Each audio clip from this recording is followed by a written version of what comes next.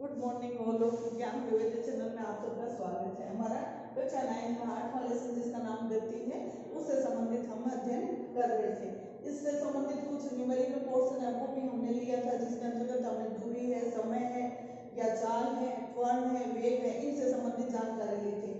आज हम जो हमारा टॉपिक रहेगा अध्ययन के लिए वो रहेगा गति का ग्राफीय प्रदर्शन। अब गति के ग्राफीय प्रदर्शन में हम दो प्रकार से ले सकते हैं, एक तो समय का दूरी के साथ में, समय का वेग के साथ में, त्वरण के साथ में, किसी भी प्रकार से ले, जिसमें दो स्थितियां हम रखेंगे। एक स्थिति ऐसी होगी जिसमें समान रूप से समय अंतराल के अनुसार उसकी चाल रहेगी, दूसरा परिवर्तित रहेगी, दूसरा असमान गति से। असमान गति का मतलब क्या है? समय के अनुसार उसकी गति बढ़ रही है कि घट रही है, उससे संबंधित जो असमानता होगी उस आधार पर हम लेंगे। तो सबसे पहले आज हम गति का ग्राफीय प्रदर्शन है, इसके अंतर्गत हम लेने वाले पहला जो होगा वो होगा दूरी समय, दूरी समय का ग्राफ। ठीक है, दूरी और समय से संबंधित जो ग्राफ है उसको हम प्राप्त करेंगे, देखेंगे उसके बारे में। ग्राफ आप लोगों ने पढ़ा है, इसके बारे में आप लोग जानते हो। इस प्रकार से हम ग्राफ बनाते हैं, आप लोगों ने बनाया भी होगा गणित में। इधर जो होता है उसको हम बोलते हैं y, सॉरी x, इधर जो होता है उसको तो हम कहते हैं x और इसको बोलते हैं yx। ठीक है, ऊपर वाले को y और इसको x बोलते हैं। ठीक है, इनको अक्ष बोला जाता है, yx और x। ठीक है, सबसे पहले हम जो ग्राफ लेने वाले हैं वो लेने वाले हैं कि एक निश्चित समय के बाद में उसके वेग में परिवर्तन भी निश्चित तौर पर निश्चित प्रकार से होगा। सॉरी, वेग में क्या, चाल में परिवर्तन। ठीक है, अभी हम ले रहे हैं दूरी और समय से संबंधित, तो उसकी चाल में कैसा परिवर्तन हो रहा है दूरी और समय के साथ में हम देखेंगे। तो ऐसी स्थिति में इधर तो हम ले रहे हैं समय और वो समय है हमारा मिनट में। ठीक है, ये तो हमारा मिनट में और ये दूरी है, दूरी है वो है हमारी किलोमीटर में। ठीक है, किलोमीटर में इधर दूरी है और ये समय है। अब ऐसी स्थिति में यहाँ पर हम ग्राफ बनाएं या जो हमारी बुक में दिया हुआ है उसके अनुसार हम देखें तो हम देखेंगे कि इसमें 20-20 मिनट का समय दिया हुआ है, 20, फिर 40, फिर 60 और फिर 80 मिनट। ठीक है, इस प्रकार से ये मिनट लिए हुए हैं। और इधर अगर हम दूरी को देखें तो किलोमीटर में दिया हुआ है 10, 20, 30, 40, 10, 20, 30 और 40, ये हमारे क्या है, किलोमीटर पर दूरी। ठीक है, एक निश्चित अंतराल है, देखिएगा एक निश्चित समय अंतराल है, 20-20 सेकंड का, सॉरी 20-20 मिनट का टाइम दिया हुआ है। तो ऐसी स्थिति में सपोज कीजिए 0 समय पर 0 किलोमीटर पर है, यहाँ से कोई गाड़ी या कोई वस्तु चलना प्रारंभ करती है। ठीक है, और वो यहाँ पर पहुंचती है, कहाँ पर, इस 20 मिनट पर। तो उसके द्वारा इस प्रकार से कितना समय लिया जाएगा, 20 मिनट में कितनी दूरी तय करेगी, 10 किलोमीटर। ठीक है, अगले 20 मिनट में ये यानी 40 ये आ गया, पहला तो ये आ गया, दूसरा पॉइंट यहाँ आ गया, तीसरा ये 30 किलोमीटर की जो दूरी है वो तय कितने मिनट में करेगी, 60 मिनट में। फिर ये 40 किलोमीटर की दूरी है वो कितने में तय करेगी, 80 मिनट में। तो इस प्रकार से क्या हो रहा है, एक सीधी रेखा हमें प्राप्त हो रही है। ये थोड़ा सा झुक गया, बाकी हमें क्या है, सीधी रेखा प्राप्त होती है। ठीक है, जब हम इसके अंतर्गत देखते हैं, यानी 60, 80 के ऊपर, 40 के ऊपर यहाँ पर ये बिंदु है, 30 के ऊपर ये वाली स्थिति है, 60 मिनट की। तो इस प्रकार से ये क्या है, एक सीधी रेखा में हमें ग्राफ प्राप्त होता है, जो हमें ये बताता है कि समान समय में, जैसे 20-20 मिनट का लिया हुआ है, समान दूरी 10-10 किलोमीटर के लिए भी है।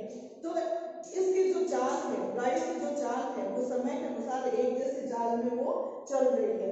ऐसी स्थिति में दूरी और समय का जो ग्राफ है वो एक सीधी रेखा में हमें प्राप्त होता है।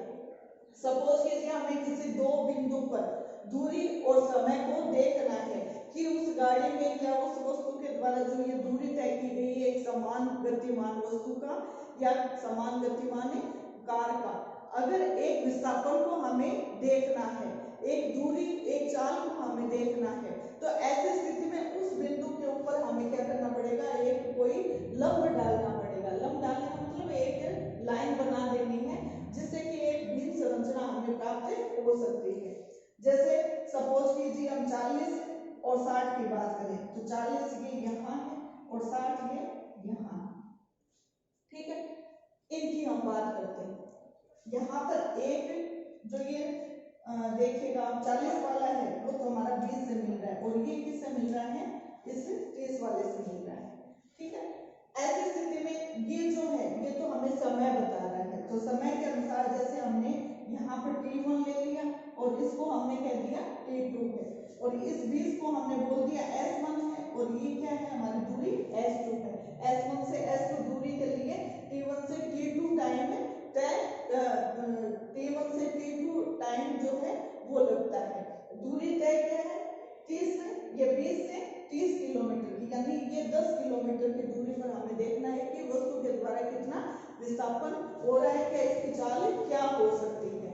तो ऐसी स्थिति में यहाँ पर जो हमें ये स्थिति प्राप्त हुई है, अब ऐसी स्थिति में हम यहाँ पर एक बिल्कुल सीधी लाइन बना दें इसके ऊपर, तो ऐसी स्थिति में एक हमें त्रिभुज प्राप्त हो गया, एक त्रिभुज मिला है ABC, एक त्रिभुज हमने प्राप्त कर लिया।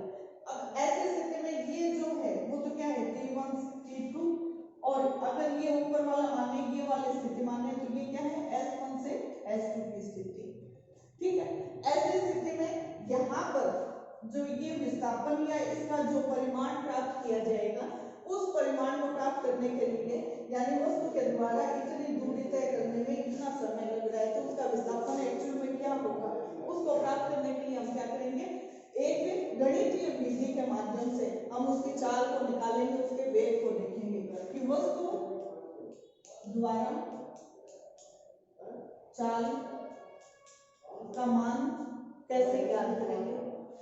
वो चाल या उसका जो विस्थापन है वो क्या होगा, विस्थापन होगा वो क्या होगा, कुल जो दूरी तय की गई थी उस दूरी में S2 से S1 को अगर हम लेस कर दें, S2 से S1 को अगर हम लेस कर दें और इसमें फिर समय का भाग दें तो हमारा क्या आ जाएगा, ये विस्थापन नहीं कहेंगे, इसको वेग भी कहेंगे या चाल कह सकते हैं, जिसके अंदर किलोमीटर प्रति सेकंड आया। अब जैसे S2 जो है वो हमारा क्या है 30 है और S1 क्या है 20 है, T2 क्या है 40 है, सॉरी T2 क्या है 60 है और T1 क्या है 40 है। ये क्या है मिनट में है, ठीक है, और ये क्या है किलोमीटर में। 10 बटा कितना आ गया 20, 1/2, ये क्या आ गया किलोमीटर प्रति मिनट।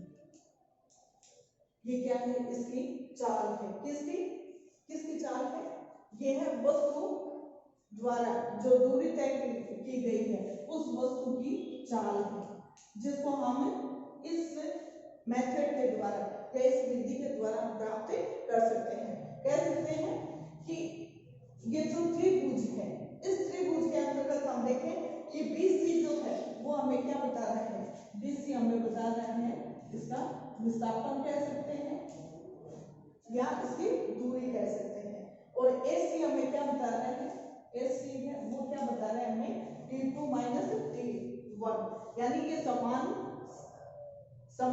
है या असमान हमें नहीं पता, हमें इतना पता है कि समय अंतराल है और ये क्या है दूरी का अंतर है। तो इन दोनों से हम क्या कर सकते हैं, इस कोई भी वस्तु है उसका एक निश्चित जो दूरी है उसको कितने समय में वो तय कर रही है, वो इस चाल के माध्यम से हम बता सकते हैं कि इस वस्तु की चाल ये होगी। किस प्रकार से, एक त्रिभुज बना करके हमने इसको बता दिया है, ठीक है। तो ये तो क्या है, एक समान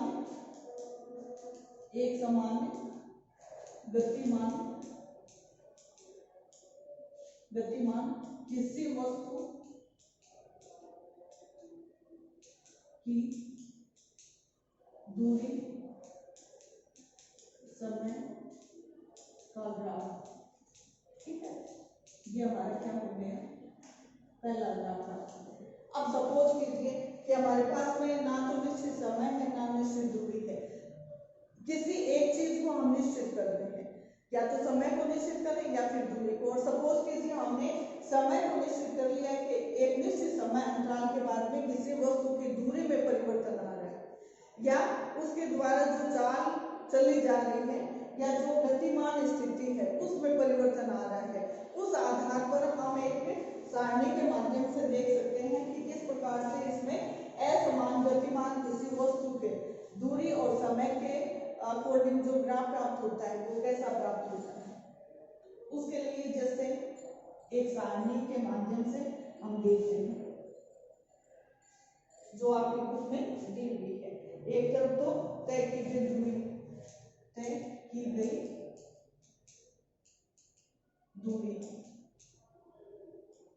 जिसके अंतर्गत एक सारणी बनी हुई है, और इस सारणी में हमें दिया हुआ है समय और दूरी, समय और दूरी। ठीक है, समय और दूरी दिया हुआ है जिसके अंतर्गत अभी हम देख रहे हैं समय है हमारा सेकंड में और दूरी है हमारी मीटर में। ठीक है, समय तो क्या है, निश्चित है, 2 4 6 8 10 12 सेकंड। ठीक है, और दूरी है 1 4 9 16 25 और 36। ठीक है, 36 इस प्रकार से दी। अब हमें ग्राफ प्राप्त करना है, तो ग्राफ प्राप्त करने के लिए वही हमारा इस प्रकार से ये x है ये y है। इधर हम क्या लेंगे, समय लेंगे। समय को किस में लेंगे, यहाँ पर क्या दिया हुआ है, सेकंड दिया हुआ है, और दूरी, दूरी किस में दी हुई है, मीटर में दी हुई है। ठीक है, समय क्या है, निश्चित अंतराल से है, 0 से शुरू करते हैं, ये 2 आ गया, फिर 4 6 8 10 और 12। ठीक है, और इधर दूरी है वो कैसे दी हुई है, जैसे इसके अंदर दिया हुआ है 1 4 9 अलग अलग है, तो हम क्या करेंगे 5 5 का रख लेते हैं। ये यहाँ पर 5 हो गए, फिर ये 10, फिर ये 15, फिर ये 20 मीटर, फिर ये 25 मीटर, फिर ये 30 मीटर और 35 और 40। ठीक है, ऐसे ले लिया। अब देखिएगा पहले 2 सेकंड जो समय है वहां पर दूरी क्या है, 1 मीटर की है, तो मान लिया यहाँ पर ये प्राप्त हो रहा है। ठीक है, दूसरा 4 सेकंड के अंदर देखिएगा 4 ये यहाँ पर 5 है, तो हम मानेंगे इसके जस्ट नीचे की तरफ। ठीक है, यहाँ पर हमने ये ले लिया। फिर 9 है, 9 10 के जस्ट नीचे, ये 10 मान लिया तो जस्ट यहाँ पर। ठीक है, ये यहाँ पर ये बिंदु आ गया 6 वाला। ठीक है, फिर 6 के बाद में 8 8 भी क्या है, 16 है, तो 16 कहाँ आएगा, 15 से जस्ट ऊपर, ये यहाँ पर मान लिया, ये ले लिया, ये 8 है, यहाँ पर ले लिया। ठीक है, फिर 8 के बाद में 10 पर 25 है, ये 10 है और 25 25 कहाँ है, ये रहा, ये 25 वाला पॉइंट है, और ये यहाँ पर क्या है, ये 10। ठीक है, और फिर 12 पर 36, 12 है, 36 कहाँ आएगा, यहाँ पर आएगा, ये यहाँ पर। अब देखिएगा ये ग्राफ कैसे प्राप्त हो रहा है, इस प्रकार से प्राप्त हो रहा है। ठीक है, थोड़ा सा ये मैं यहाँ पर चिटिंग कर रही हूँ, ग्राफ पेपर नहीं है, ग्राफ पेपर से ये बिल्कुल आपके क्लियर हो जाता है। ठीक है, इसलिए मैंने कहा थोड़ी सी मैं चिटिंग कर रही हूँ। तो इस प्रकार से ग्राफ कैसे प्राप्त हो रहा है, सीधी रेखा प्राप्त नहीं होकर के कैसा आ रहा है, थोड़ा सा कर्व आ रहा है। क्यों आ रहा है, क्योंकि समय है, समय निश्चित है, एक समान समय अंतराल है, लेकिन दूरी क्या है, घट रही है या बढ़ रही है। इस स्थिति में हम ये कहेंगे कि इस वस्तु की जो चाल है वो क्या है, असमान है। यानी ये वस्तु या गाड़ी, कोई भी गाड़ी है, ये अभी हमने इससे पहले लिया तो वो तो क्या था, एक समान गतिमान, और यहाँ पर क्या है, असमान, असमान गतिमान किसी वस्तु या कार कोई भी कार्य या वस्तु है उसके दूरी समय का ग्राफ है जिसके अंदर एक सीधी रेखा नहीं प्राप्त होकर के क्या हो रही है, कर्वित रेखा प्राप्त हो रही है। कहीं पर इसका मान घट रहा है तो कहीं पर इसका मान बढ़ रहा है। तो ऐसी स्थिति में क्या हो रहा है कि इसके अंदर घट रहा नहीं है, जो इसका दूरी है वो तो बढ़ रही है, लेकिन समान जो स्थिति होनी चाहिए, समान रूप से जो दूरी में अंतर आना चाहिए वो अंतर यहाँ पर नहीं है। कहीं पर दूरी बहुत अधिक हो गई तो कहीं पर दूरी का जो गैप है, जो अंतर है वो बहुत कम रह गया। तो ऐसी स्थिति में ये ग्राफ एक सीधी रेखा में प्राप्त नहीं होगा। तो इस स्थिति को हम कहेंगे असमान गतिमान किसी वस्तु या किसी कार्य का दूरी समय का ग्राफ, जो कि हमें इस सारणी के द्वारा इस ग्राफ में हमने प्रदर्शित कर दिया है। इस सारणी को ध्यान में रखते हुए इस प्रकार से ग्राफ में हमने निरूपित किया है, ये इसका प्रदर्शन किया है, जो कि दूरी समय ग्राफ के अंतर्गत हमें देख सकते हैं। ठीक है, तो इस प्रकार से हम इसमें भी वही फॉर्मूला वही लगना है, लेकिन यहाँ पर क्या है, असमान है। इसमें कोई जो समान अंतर आना चाहिए वो समान अंतर नहीं होकर के असमान स्थिति प्राप्त होती है। तो आज के लिए इतना ही, थैंक यू।